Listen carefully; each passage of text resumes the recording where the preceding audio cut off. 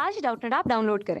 Doubtnut पर अपने सभी गणित, रसायन विज्ञान, भौतिक विज्ञान और जीव विज्ञान के डाउट्स का करो सफाया। बस प्रश्न की फोटो खींचो, एक ही प्रश्न को क्रॉप करो और तुरंत वीडियो सोल्यूशन पाओ। अभी डाउनलोड करें। इस क्वेश्चन में गिवन अप्रगामी तरंगों में किसी निस्पंद तथा उसके तुरंत बाद वाले प्रस्पंद के बीच की दूरी कितनी होती है। फिर दूसरा दिया दो क्रमागत निस्पंदों अथवा प्रस्पंदों के बीच की दूरी कितनी होती है। हमें यह निकालना है कि अगर कोई भी अप्रगामी तरंग होती है तो उनके निस्पंद तुरंत दो क्रमागत निस्पंद और प्रस्पंद के बीच की दूरी कितनी होती है। दो क्रमागत निस्पंदों अथवा प्रस्पंदों के बीच की दूरी हमें निकालनी है। पहला हमें क्या निकालना है, दो क्रमागत निस्पंद और प्रस्पंद मतलब नोड और एंटी नोड के बीच की दूरी निकालनी है। और दूसरे में क्या है, दो क्रमागत निस्पंद और दो क्रमागत प्रस्पंदों के बीच की दूरी हमें निकालनी है। जैसा कि हम जानते हैं अगर कोई भी प्रगामी तरंग है तो इस तरह से वो गति करती है, दो तरंगें मिल करके प्रगामी तरंगें बनाती हैं। मान लेते हैं हमारी पहली तरंग है, ये हमारी पहली तरंग है और दूसरी तरंग क्या होगी, इससे मिलने के बाद अध्यारोपित होने के बाद में बनेगी इस तरह से। एक तरंग की गति इधर होती है, एक तरंग की गति इधर होती है, दोनों विपरीत दिशा में चलती हैं। तो दोनों से मिलने से जहाँ दोनों तरंगे आपस में कट करती हैं उसको क्या कहते हैं, हम निस्पंद कहते हैं या फिर नोड कहते हैं।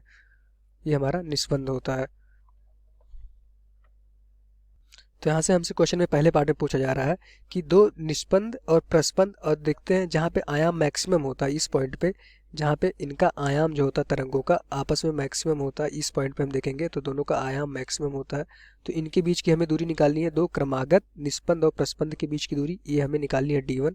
उसके बाद में और हमसे जो पूछा गया है कि दो क्रमागत निस्पंदों अथवा प्रस्पंदों के बीच की दूरी निकालिए। दो क्रमागत निस्पंद क्या क्या हो सकते हैं, ये हो जाएंगे, ये दो क्रमागत निस्पंद हो जाएंगे, या दो क्रमागत प्रस्पंद क्या क्या हो जाएंगे, दो क्रमागत प्रस्पंद देखेंगे तो ये हमारा दो क्रमागत प्रस्पंद हो जाएंगे। इनके बीच की दूरी ये हमारी d2 है, ये हमारी d2 है।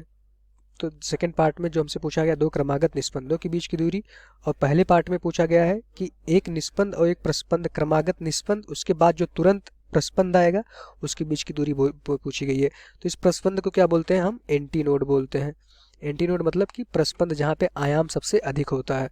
अब इनकी बीच की दूरी जैसे कि हमें पता है दो निस्पंद और प्रस्पंद के बीच की दूरी क्या होती है, λ/4, ये हमें याद रहता है, इसको हम प्रूव कर चुके हैं। और दो निस्पंद तथा दो क्रमागत प्रस्पंदों के बीच की दूरी क्या होती है, λ/2 होती है। डायरेक्ट फॉर्मूले होते हैं, इनको हमें याद रखना चाहिए। Thank you. कक्षा 6वीं से 12वीं से लेकर नीट, IIT, जेईई वो एडवांस के लेवल तक 1 करोड़ से ज्यादा छात्रों का भरोसा। आज ही डाउनलोड करें डाउटनेट ऐप या व्हाट्सएप करें अपने सारे डाउट्स 8400 400 400 पर।